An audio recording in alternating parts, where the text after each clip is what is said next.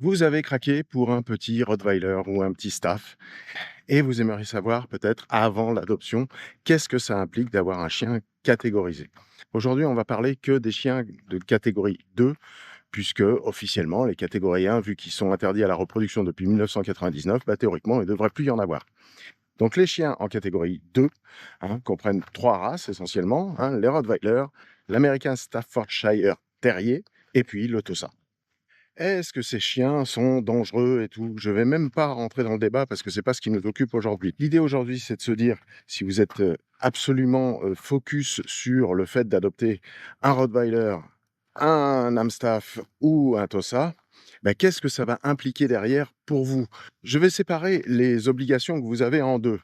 La première, c'est celle qui va concerner le début, ou en tout cas les démarches que vous allez devoir faire au moment de l'adoption. Vous allez déjà devoir prendre une assurance avec responsabilité civile. C'est obligatoire. Je vous conseille carrément vivement de le faire, même si vous adoptez une autre race. Mais en tout cas, pour ces races-là, c'est obligatoire. Si vous êtes mineur, vous n'avez pas le droit d'avoir un chien de catégorie 2. C'est interdit. Avoir un permis de détention. Ça, c'est aussi obligatoire lorsqu'on a un chien catégorisé. Et puis, il va vous falloir aussi une attestation d'aptitude à la détention d'un chien catégorisé. C'est encore un autre document. Attention, c'est pas la même chose.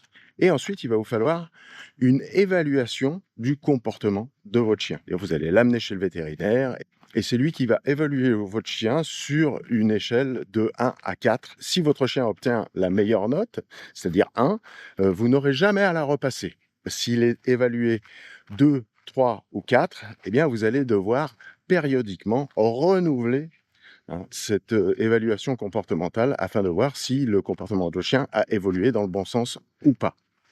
Alors, de mémoire, il me semble que s'il a été évalué 2, c'est tous les 3 ans, s'il est évalué 3, c'est tous les 2 ans et s'il est évalué 1, c'est tous les ans. Donc ça, c'est toutes les petites paperasses que vous allez devoir faire au moment de l'adoption de votre chien. Et puis surtout, si l'évaluation comportementale est bonne, eh bien, c'est quelque chose que vous aurez à faire une fois dans la vie de votre chien. Et puis après, vous êtes tranquille, vous n'avez pas à renouveler. Et puis, il y a une obligation qui, elle, va perdurer tout au long de la vie du chien. C'est les contraintes que vous allez avoir concernant l'accès aux espaces publics.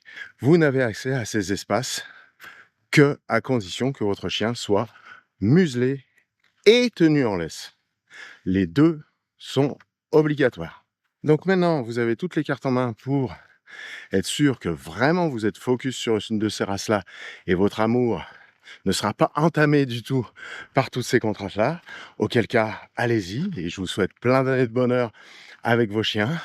Dans le cas contraire, si vous pensez que l'une de ces raisons peut faire en sorte que vous n'allez pas tenir sur la longueur toutes ces contraintes-là, à ce moment-là, je vous suggère d'opter pour une autre race de chien qui, elle, aura moins de contraintes réglementaires que l'Amstaff, le Rott ou le Tosa.